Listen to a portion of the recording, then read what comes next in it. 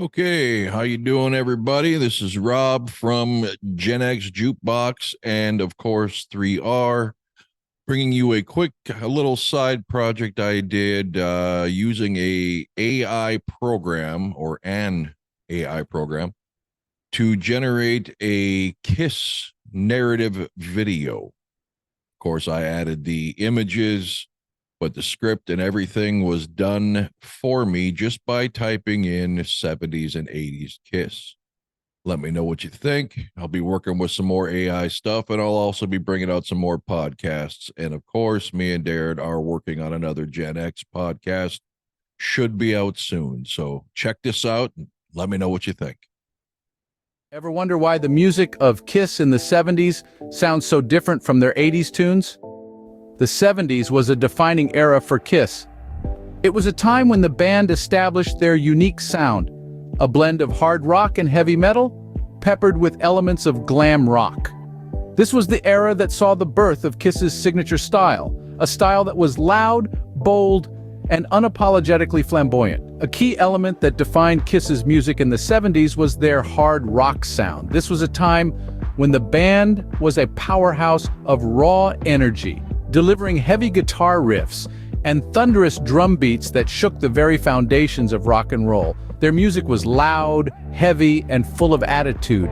Songs like Deuce and Black Diamond from their self-titled debut album are prime examples of their gritty rock sound. But Kiss wasn't just about the music. The band was equally known for their theatrical stage performances. They were not just musicians, they were entertainers. Their live shows were a spectacle, complete with elaborate costumes, face paint, and pyrotechnics. It was a visual feast that complemented their hard-hitting music. Their live album, Alive, is testament to their electrifying stage presence. Another defining feature of Kiss in the 70s was the influence of glam rock on their music and image. Glam rock was characterized by its flamboyant fashion and outrageous stage performances, and Kiss embraced this with gusto. From their platform boots to their glittering costumes and striking face paint, the band epitomized the glam rock aesthetic. This was evident in their music too, with tracks like Rock and Roll All Night and Shout It Out Loud showcasing their glam rock influences. So, the 70s was a time of raw energy and theatrical flair for Kiss, but as the calendar flipped to a new decade, changes were afoot. As the 80s dawned, Kiss found themselves in uncharted musical territory. The band that had once ruled the 70s with their hard rock anthems and theatrics were now navigating the changing tides of the music industry. The 80s were a time of great upheaval for Kiss, marked by significant changes to their musical style, lineup, and public image. The most noticeable shift was in their sound.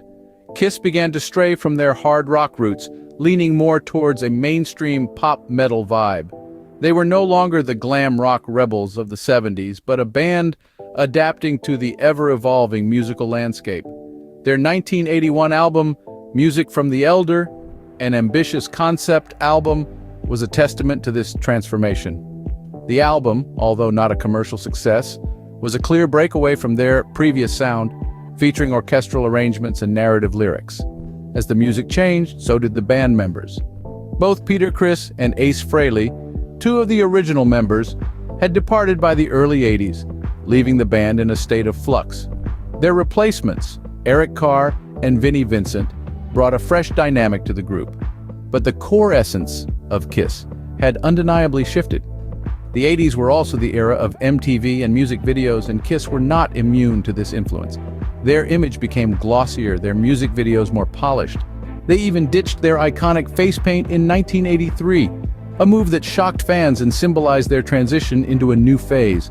Songs like I Love It Loud and Lick It Up from their album Creatures of the Night and Lick It Up respectively encapsulated the band's new direction. They were catchy, polished, and designed to appeal to the masses.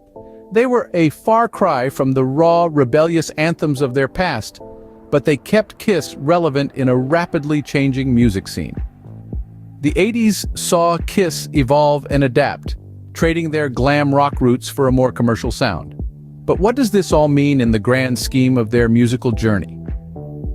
It's a question that's left for us to ponder as we delve deeper into the legacy of this legendary band. The story of Kiss is a tale of 2 decades, 2 sounds, and an ever-evolving image. In the 70s, Kiss was all about raw, hard rock with an in-your-face attitude that resonated with the rebellious spirit of the times.